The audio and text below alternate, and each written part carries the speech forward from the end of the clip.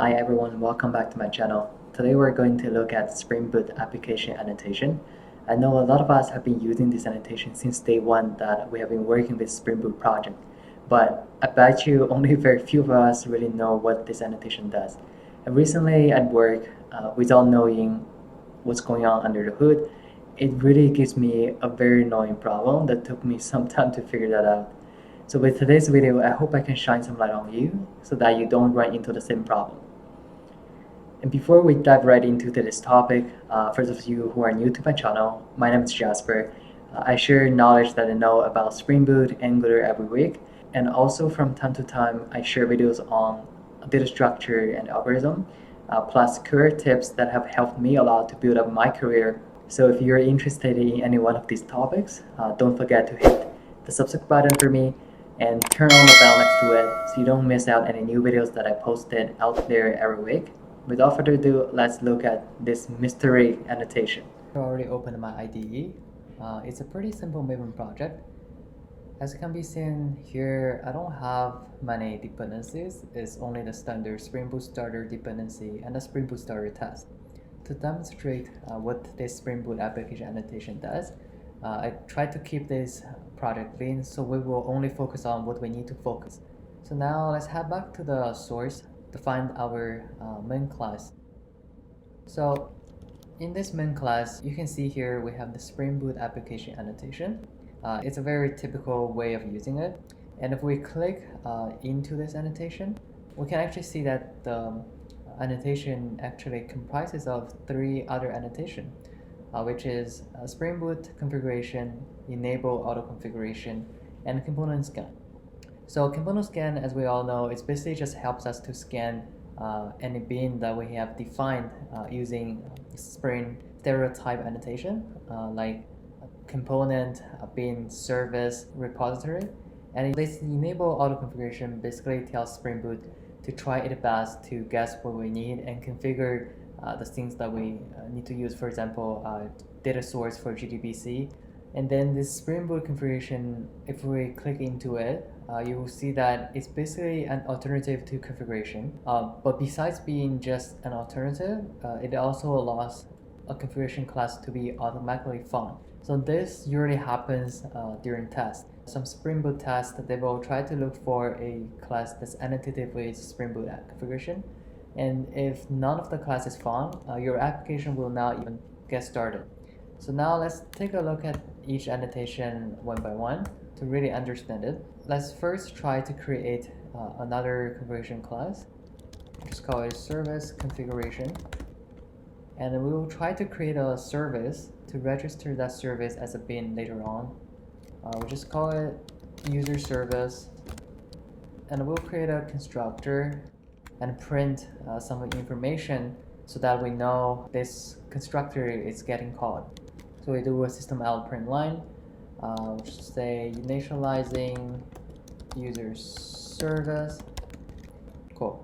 So let's head back to the service configuration, and here we'll just mark this class with configuration so that we can define a bin inside this class.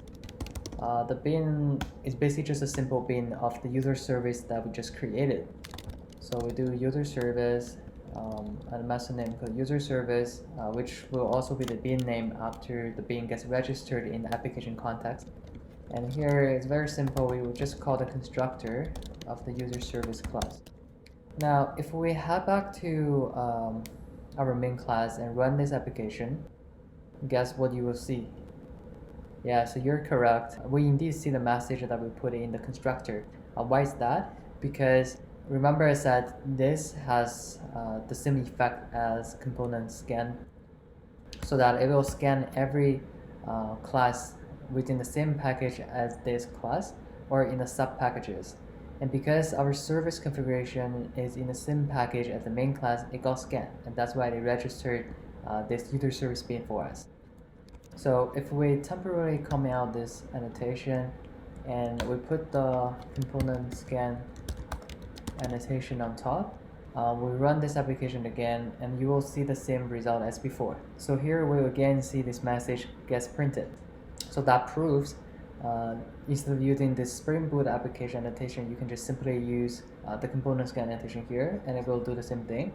And another interesting to see is here we also have this enable auto configuration annotation, which, if you remember, is part of the 3 annotation that I showed you in the beginning. So what does this annotation do? It basically tells Spring Boot to automatically guess what you need and configure whatever necessary pieces beforehand without you explicitly configuring those things yourself, for example, data source or GDBC template. And with this annotation on top, if we print out all the bins that are registered in the application context, you will see a lot of things gets configured automatically for us. So let's do that. Configurable application context, then application context. And here, let's try to print out all the bins inside the application context. So let's do system out print line, all the bins in the application context are, then let's loop through the bin names. Final string bin application context get bin definition names, and let's print out every bin name. And here we'll try to also print out a number of bins. So we'll do application context get bin definition cont. Okay, so here let's run this application again, see what do we get this time. Okay, so there are in total 33 bins in application context. So here you will see a lot of configuration that we didn't even specify explicitly, but Spring Boot automatically configured those because it gets that we need it. For example, it has lifecycle auto configuration, it has a test execution auto configuration, it even configured text executor builder for us, or task scheduler builder for us. And if we replace this annotation back to the Spring Boot application, and you will see that essentially we got the same result. So let's run this application again and see what do we get this time. So here again that you see it registers 35 bins in application context, and the reason why it contains 2 other more bins is because now you see here it has the service configuration and also the user service that we created, but with only using the enable auto configuration, it won't find and register these 2 classes in the application context. So if you minus these 2 bins from the 35 bins, you will get the 33 bins as well. And to prove that, I can simply just comment out this temporarily and run this application again, and we should be seeing 33 bins this time. Yeah, see, we again get 33 bins. So the problem that I run into at work is actually, as more dependencies that my team added to the project, our application starts up slower and slower. And because we're using a microservice architecture, to roll out all the replicas of our services, depending on how many replicas we have, but let's say we have 6 of them, each replica takes about 2 minutes to start up. And at the end, to roll out a new feature to all the replicas, we need about 30 minutes. That's quite a lot when you talk about microservices. So this application startup time becomes a bottleneck for us. And to resolve it, what I notice is there are a lot of stuff that we don't really need to use, but Spring Boot tries to initialize and register them in application context. For example, text extractor build, task executor builder. So what I did was to remove all the ones that I need and explicitly register the ones that I need in the application context. Then that allowed me to bring down the startup time from 2 minutes down to 20-30 seconds. So that's the problem I ran into, and I hope you can avoid the problem at your work.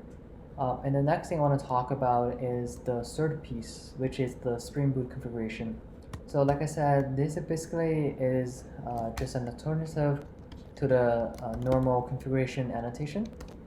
So to prove to you, we can again just create a bin method. We'll register a user service again. and we'll just simply call its constructor. So now let's run this application again to see what do we get. But we don't need this again. Let's just comment out this for now so that we can make our console cleaner. So let's run this application, and we should see this constructor gets called. Yes, so that means it serves the same purpose as a configuration class. But according to Spring Boot specification, each application should only contain one class that gets annotated with this annotation. If you contains two, application will not start up completely. So now you know Spring Boot application annotation is basically just a combination of Spring Boot configuration, component scan, and enable auto configuration. So I hope this really helped you to understand what this annotation does, and also the most important thing is you can avoid the problem that I encountered, which is the slow startup time of my application. So that's it for this week. I hope I shined some light on you and you truly understand what this annotation does. If you like this video, give me a like. That will really motivate me to make more videos like this. And if you have any questions regarding things that I've been talking so far, then just drop me a comment in the comment section below, and I will get back to you guys on those. And don't forget, you can also find me elsewhere on Instagram, Facebook, and Twitter. I will see you guys around next time. Bye for now.